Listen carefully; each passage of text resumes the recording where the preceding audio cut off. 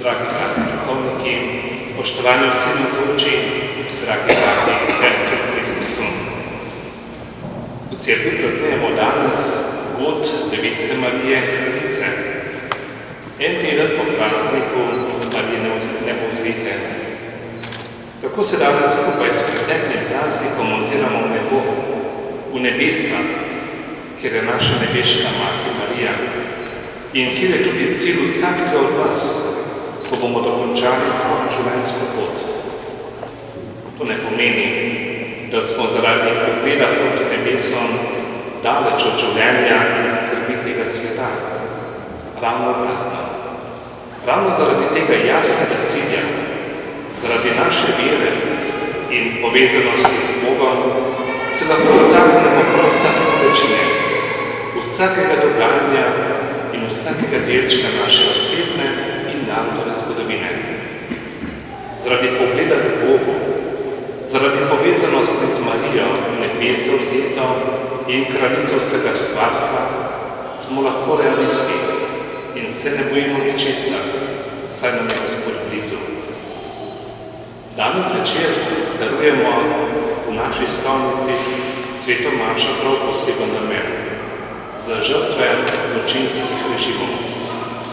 Danes je namreč predvečer Evropskega dneva spomina za žrtve vseh totalitarnih in avtoritarnih režimov.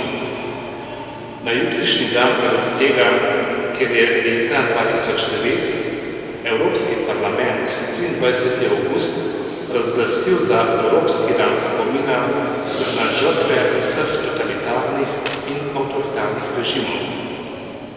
Na ta dan je bil leta 1939 podpisan pakt Ribbentrop-Molotov med nacionalsocialistično Hitlerjevo Nemčijo in komunistično Stalinovo Sovjetsko zvezo.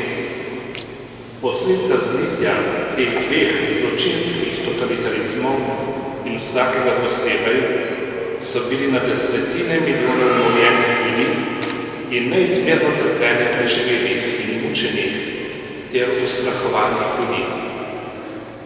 Ko so ti satanski režimi povzročili človeštvu, se spomnimo Treblinko, Auschwitz, sibirske gulage in holodomor v Ukrajini, Gonars, Rak, pri nas Neharje, Katrenk, Rok, Hudojama in še mnoge druge kraje trpljenja. V narode so stekali rane, ki še vedno krvavijo in še vedno bolijo. Lahko smo hvaležni, brati in sestre, za možnost, da naš spomin in bolečino lahko postavimo na daritveni oltar pred Boga. V ponižni molitvi želimo prositi Gospoda za usmiljenje, za pomoč v vseh medčloveških odnosih in za blagoslov ljudem v naši družbi. Brez molitve in prošnje k Bogu bi bile naše zgolj človeške misli zelo krhke in nemočne. Z molitvijo in sveto mašo pa postavljamo pred vsemogočnega Boga, stvarnika nebes in zemlje, stvarnika vseh ljudi, dobrih in slabih, da naš spomin in vso našo situacijo. Pred Gospoda lahko položimo bolečino, jezo, obtožbe, nerazumevanje situacij, nemočne dolžnih, sovraštvo zločincev, ujetost in nemoč krvnikov, krepenenja, sodbe, pravične in nepravične situacije, neodgovorjeno vprašanje, zakaj je Bog to dopustil. Vse, kar nam leži na duši ob spominu na dogajanja v totalitarnih in avtoritarnih časih. Vemo, da je za ta občutja in neodgovorjeno vprašanja vsemogočni Bog, dobri oče in pravični sodnik, pravi in zadnji naslov. Vedno znova se sprašujemo, zakaj je Bog to dopustil? Zakaj se še danes dogajajo krivice in zlo med ljudmi?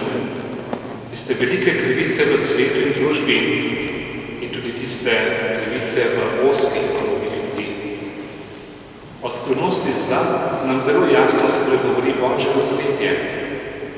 Besede Svetega pisma že čisto na začetku. Iz nebožljivosti do sreče človeka v odnosu do Boga je hudi duh usejal dvom in nezaupanje. Po navdihu hudega duha se je človek uprl Bogu in povzročil nepopravljivo škodo. S tem dejstvom hudega duha in njegovim vplivom moramo resno računati, kot nam o tem govorijo mnogi cerkveni učitelji. Ob tem nam pričajo tudi mnoga grozodejstva v človeški zgodovini, ki si jih človek sam skoraj ne bi mogel izmisliti. O tem človekovem palcu pa nam Gospod prihaja naproti. Že tako je obljubil zmago nad zlom. Potem pa je v zgodovini človeštva posebej oblikoval izboreni narod, da bi preko njega za svoje ljubezni prišel kot odrešenik za vse ljudi. Za današnji praznik Device Marije Device je prvo berilo isto kot za božični sveti večer. Ljudstvo, ki hodi v temi, gleda veliko luč. Nad prebivalci deželi smrtne sence zasije luč.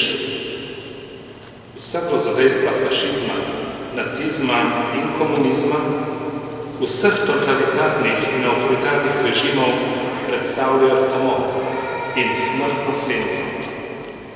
To je tista noč, ki obsoja Boga in človeka. In Jezus je bil rojen v to noč, v to temo in v to smrtno senco. Ko je bil pretrpljenje in se od strahu tresel v tej temi, je sprejel nas trpljenje vsega človeštva. Pretrpel je trpljenje in smrt, ki nam prinesel luč vstajenskega odrešenja.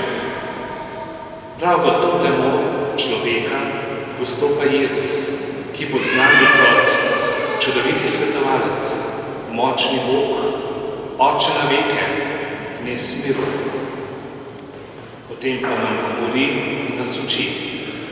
Daje nam 10 zapovedi, govori nam svoj govor na gori za vsemi vladi, za nas moli svojo veliko duhovniško molitev, da bi bili eno, da se nihče ne bi izgubil, da bi se ljubili med seboj. Bratje in sestre, vedno znova poslušamo te Jezusove besede.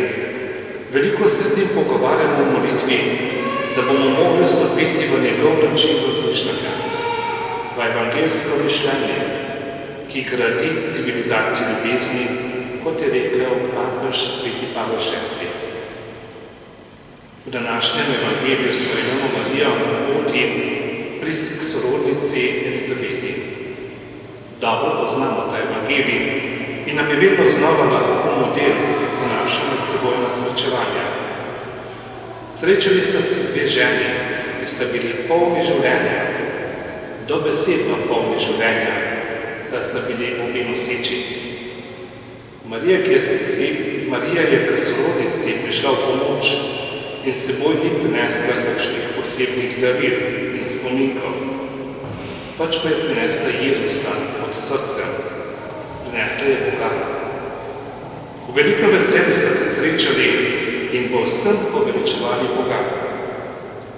Ta dogodek z Marijo in Elizabetom naj bo tudi podoba za vsakega kristjana. K drugemu naj prihaja, da prinese s seboj Boga. Boga, ki je stvarnik, ki je odrešenik, ki sprejema nase trpljenje ljudi. Boga, ki odpušča človekova grozodejstva, ko se jih pokesa in blagoslavlja. Boga, ki daje upanje za večno srečo in pravično plačilo vsakemu po njegovih delih. Bratje in sestre, naj bo tudi to naše učevanje ter poznanevanje evangelija in ta razkristjaveni svet. Naj bo to naša molitev in odgovor v veri na mnoge stiske in krivice, ki so se zgodile in se še bodo zgodile. Gospod blaguje tiste, ki delajo za mir, ki bodo postali zaradi tega Božji sinovi. Naj nam podarja veliko modrosti in moč, da bi delali za mir, ter da bi iskali resnico, ki bo nas in naš narod osvobodila. To ne pomeni, da bi pozabili na žrtve in zločine spregledali, da bi pozabili na zlo, ki se vedno znova dogaja v svetu. Zla in zločinov se zavedamo, jih obsojamo in hkrati čutimo težo vsega hudega. To nas učin spodbuja, da je to zlo treba z Božjo pomočjo premagovati. Zato se želimo truditi, tudi z današnjim spominom svetomaša, da bi premagovali sovraštvo, da bi premagovali zidove in prepreke, ki ljudi ločujejo. Potrudimo se, da bi med ljudmi vladala ljubezen in spoštovanje. Za zaključek uporabim besede svetega Pavla iz današnjega berila, ki nas spodbuja. Nič ne skrbite, ampak v vsaki priložnosti izražajte svoje želje Bogu z molitvijo in prošnjo za zahvaljevanje. In Božji mir, ki presega vsak um, bo varoval, kar je resnično, kar je vzvišeno, kar je pravično, kar je čisto, kar je ljubeznivo, kar je častno, kar je količkaj krepostno in hvalovredno. Vse to imejte v mislih in Bog miru bo z vami.